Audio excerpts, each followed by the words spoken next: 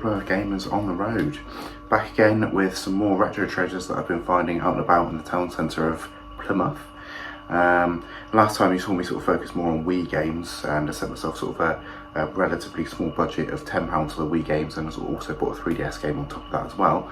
Now I've got a sort of a mixed bag of things that I've bought. I do collect for multiple systems, so sometimes I do find the occasional treasure which catch my eye when I'm in sort of the mood for buying for Xbox or PlayStation 4 or whatever. So this is where I've got a little mix of things here. So I mean, I start as we mean to go on here. So my first one that I found, which I think was a relative bargain and was £5, is this SpongeBob game, which is SpongeBob SquarePants, and this was made by THQ, which they went under, I believe, quite soon after this game was released, and this was 2011. THQ have since come back again, but they're not actually the same company that they were before. Someone else bought the name and sort of started using it again. So this is the original toy headquarters. But this game was actually made, sort of developed by Way Forward. So obviously I should say the publishing was done by THQ and the development was done by Way Forward. And they've gone on to make you know, plenty of highly acclaimed games in the time that this game's come out. You know, I think Mummy Demastered, Shantae and all those lot are they're sort of doing. But yeah, it's quite an unusual one. Don't see this very often. Quite an early game for 3DS, and for £5 I thought you can't really lose on that. And it's complete as well, so you've got your booklet, you've got your VIP code there as well, which is unscratched, nice, and actually the game as well, which is what you do want. Yeah, I think, you know, it takes me up to around about 286 3DS games I think now, so yeah, it's nice to add that to the collection. You know, these sort of third-party titles are ones that I think can be a nightmare to find in later years, and while they're cheap, they're worth sort of mopping up.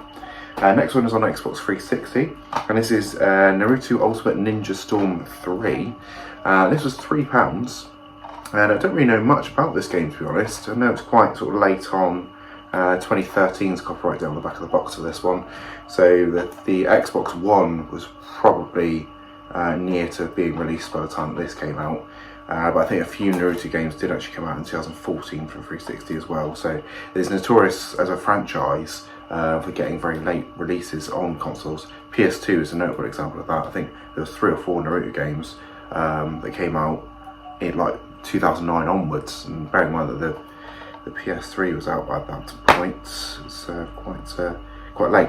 But anyway, right, so got the manual in there.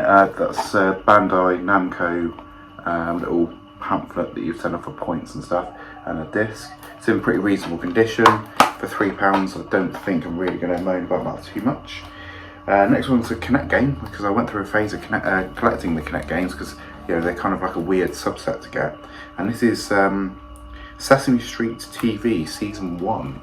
I already had a Sesame Street game on the Kinect, so I was quite surprised to see that there was actually another game. This one's, yeah, I think learning bits and pieces. If you've ever played a Sega Pico, you probably know the sort of calibre of the games of this, very sort of like mini games and stuff like that, and geared up for kids. Yeah, £1.50 this was. This was released in 2012, so again quite late. Got yourself a year's subscription to something to do with Sesame Street, various different clips and stuff like that, and this is on 2 discs as well. So you've got one disc which is Growing Up, and then volume 2 is Science.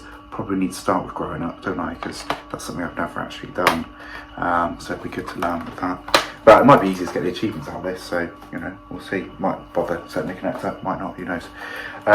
Next up again, 360, and this is the last of my pick for CEX in Plymouth. This is called Juarez. It's quite an early game, and this one I think was originally a PC game and got a dual release for the 360 in 2007. It's not a bad looking game, to be honest. I don't think this came out on the PS3, I think it was just PC and 360. Yeah, I owned it actually when it first came out, and I found the controls quite difficult, but I thought I'd give it another shot and see whether I can get along with it this time around. Probably won't get around to playing it for another couple of years, so does it really matter in the grand scheme of things? No. Booklet and disc in there. It's in reasonably cosmetically good condition. So yeah, you know, it's good to add to the collection, isn't it? Right, so we're going to move on to the 3 for 2 in game. I went into the Sports Direct branch and bought 3 PS4 games. The first of which was Drive Club. It's a nice special edition sleeve, and in actual fact the box inside says it's special edition. However, sadly, it's not inside. It's just you know, a standard copy of the game. I didn't actually get the disc for this when I first went in and purchased it. The sales assistant sort of sealed the box up, and then when I went to open it to put the receipt in the box, there was no disc, so I had to go back and get that. But it wasn't a big deal back in town anyway. Next one is a VR game. Again, I'm sort of going for a couple of VR games because I think it might be quite unusual in years to come. This is Farpoint. This one was really cheap. This is like sort of $2.99. Looks quite interesting on the back. It doesn't require the move controls, just needs the headset and camera. So, being the lazy gamer that I am, it's quite good for me, that, because I don't have to do too much moving about. Just disc with that one. Don't think this would have had a manual anyway, because it was not sort of that time. I think they stopped putting booklets in the game cases sort of around this time anyway. And that's 2017 that came out.